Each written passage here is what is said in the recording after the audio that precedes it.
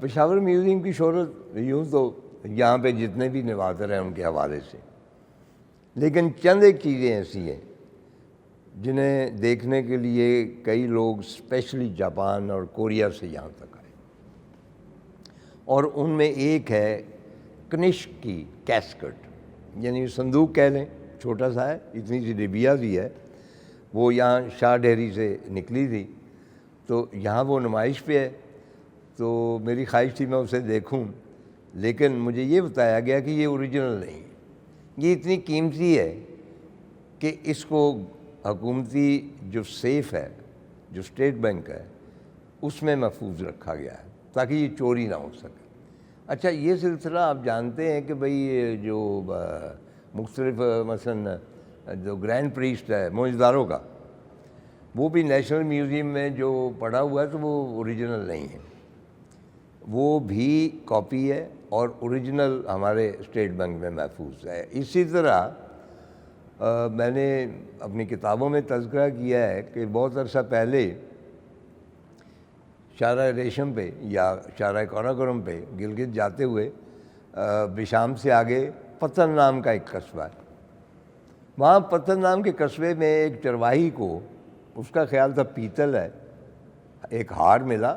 اتنے موٹے موٹے اس کے تھے من کے، ان کے اوپر کچھ بنا ہوا تھا،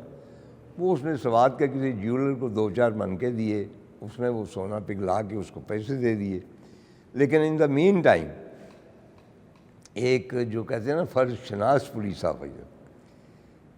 ان کو معلوم ہوا تو انہوں نے جا کے وہ ہار قبضے میں لے لیا جو باقی رہ گیا تھا، اور اس بڑھیا کو انہوں نے حج کروایا، اس کی کمپنسیشن کر دی۔ میری بہت کیونکہ وہ ہار جو ہے کم از کم 4-5 ہزار سال پرانا، اس ہار کا یہ فیصلہ نہیں ہو سکا کہ وہ کسی مہاراجے کے گلے میں تھا یا کوئی ایسا ان کا خدا تھا، اسکلپچر ہوگا کوئی بھی کسی بھی شکل کا، یہ اس کے گلے میں۔ میری بڑی شدید خواہش تھی کہ میں اس کو دیکھوں، اور اس کے بارے میں بھی یہ معلوم ہوا، آج یہاں ثاقب صاحب ہیں، انہوں نے بتایا کہ وہ بھی ٹریجری میں منتقل ہو چکا ہے، اور کاش کہ اس کی نمائش کی جا سکے، کیونکہ میرا نہیں خیال کہ دنیا بھر میں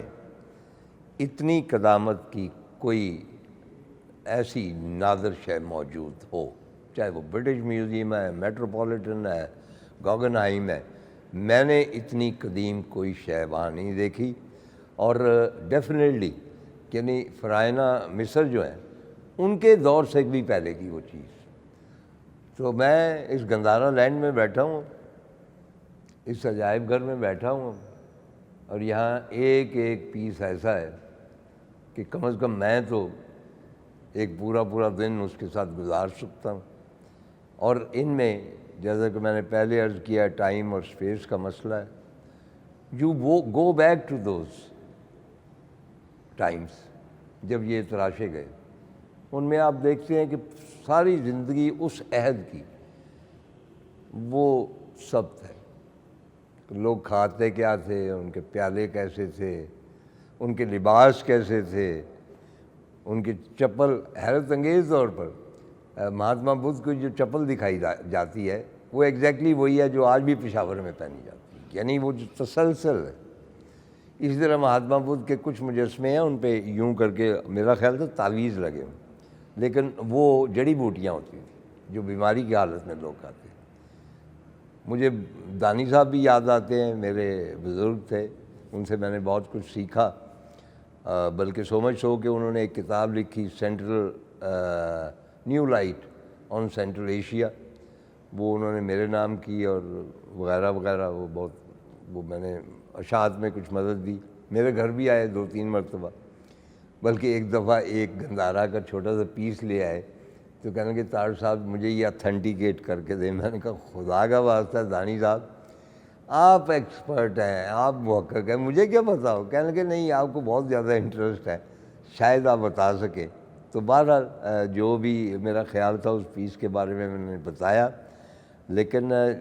مطلب ہے کہ پاکستان میں آج تک رفیق مغل ہے ایک ہمارے دوست جو آج کل کھدائی کر رہے ہیں چولستان میں، اور ایک دانی صاحب، یہ دو لوگ ان کی مطلب دانی صاحب نے جہاں جہاں تحقیق کی ہے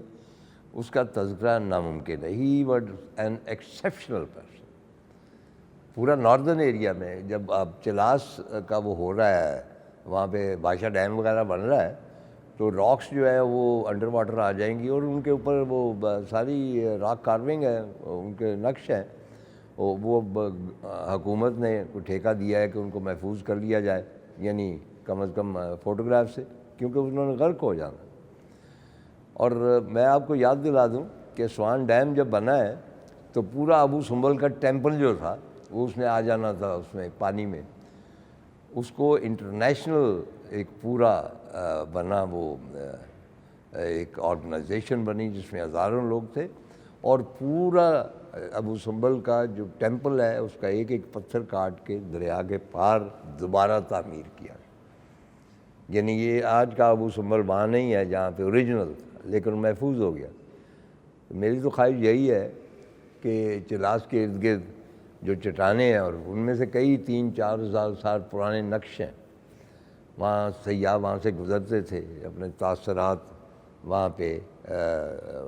مطلب ہے کہ مورتوں اور صورتوں کے, مہاتما بدھ کے بھی بنے ہوئے ہیں, دیٹ مینس کہ چائنیز نے بنائے. تو وہ چٹانیں ہیں چند ایک, ان کو اگر محفوظ کر لیا جائے, کیونکہ کل ہم پچھتائیں گے کہ ہم نے ایسا کیوں نہ کیا.